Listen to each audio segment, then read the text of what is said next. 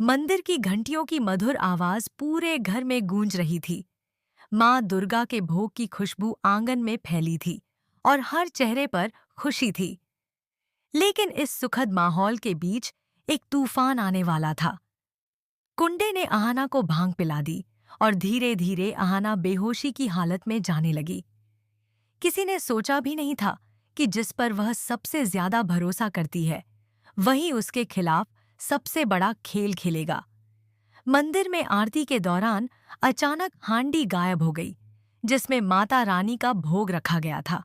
दुर्गा देवी की कड़क आवाज गूंजी, किसने यह पवित्र भोग चुराया?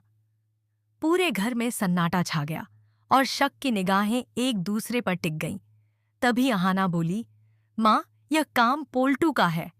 इतना कहना था कि पूरा घर उसके खिलाफ हो गया। अर्जुन गुस्से में बोला, बस आहाना, हर बार तुम मेरे भाई पर इल्जाम लगाती हो। अब मैं तुम्हारा साथ नहीं दूंगा। आहाना की आंखों में आंसू भर आए, लेकिन उसने सिर झुकाकर कहा, एक दिन सच खुद चलकर तुम्हारे सामने आएगा। अगली सुबह महाराज जी ने सबको मंदिर में बुलाया। उनके हाथ में वही हांडी थी, कीचड़ में सनी हुई। उन्होंने कहा, यह देखिए, माता रानी का भोग इसी हालत में मिला है और यह मिठाई के टुकड़े पोल्टू की जेब से गिरे हैं। पूरा घर स्तब्ध रह गया। अर्जुन का चेहरा सफेद पड़ गया। उसने पोल्टू की कॉलर पकड़ते हुए दहाड़ा, तेरी हिम्मत कैसे हुई माता के भोग को अपवित्र करने की? पोल्टू कांपने लगा, नहीं भैया, मैंने कुछ नहीं किया। लेकिन अब अर्जुन की आंखों में बस गुस्सा था। उसने कहा, बहुत हुआ पोल्टू, तूने इस घर की इज्जत मिट्टी में मिला दी। आहाना दूर खड़ी थी। उसकी आंखों में दर्द और राहत दोनों थे। आखिर सच सामने आ ही गया था। अर्जुन झुककर बोला, आहाना, मुझे माफ कर दो, मुझे सच समझने में देर हो गई। आहाना ने कहा, सच देर से आता है अर्जुन, लेकिन जब आता है तो सब कुछ बदल देता है। तभी बुआ जी गुस्से में बोली, अब तुम भी इस औरत की बातों में आ गए? अर्जुन ने दृढ़ता से कहा, अगर आपने पोल्टू को रोका होता तो आज यह दिन नहीं देखना पड़ता। दुर्गा देवी की आंखों में गर्व झलकने लगा। मुझे गर्व है कि मेरा बेटा अब सच के साथ खड़ा है। मगर पोल्टू का गुस्सा अब आग बन चुका था। वो घर छोड़कर चला गया, पर जाते जाते बोला, अब मैं आहाना और माँ को चैन से नहीं जीने दूंगा। कुछ दिनों बाद दुर्गा पूजा का विसर्जन था। पूरा घर रोशनी और फूलों से सजा था, लेकिन पोल्टू अंधेरे में अपनी अगली चाल चल रहा था। उसने मंदिर के दिए में तेल की जगह ज्वलनशील तरल डाल दिया ताकि आग लग जाए।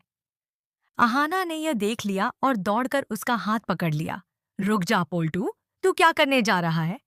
पोल्टू बोला, तूने मेरी जिंदगी बर्बाद की है आहाना। वह उसे धक्का देकर भागने लगा, पर आहाना डटी रही। तू चाहे जितनी आग लगा ले, यह घर तेरे जहर से नहीं जलेगा। तभी अर्जुन पहुंच गया और दोनों भाइयों में भिड़ंत शुरू हो गई। दुर्गा देवी ने आगे बढ़कर पोल्टू को थप्पड़ मारा। बहुत हुआ पोल्टू, तूने इस घर की मर्यादा बार बार तोड़ी है। पोल्टू हंसते हुए बोला, अब तुम्हें कौन बचाएगा? आग तो मैं लगा चुका हूं। सब मंदिर की ओर भागे। दिया जल चुका था, आग फैलने लगी।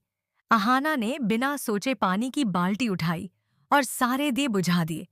घर फिर से बच गया। सभी ने राहत की सांस ली। अर्जुन ने आहाना की ओर देखा। वह थकी हुई थी, लेकिन चेहरे पर सुकून था।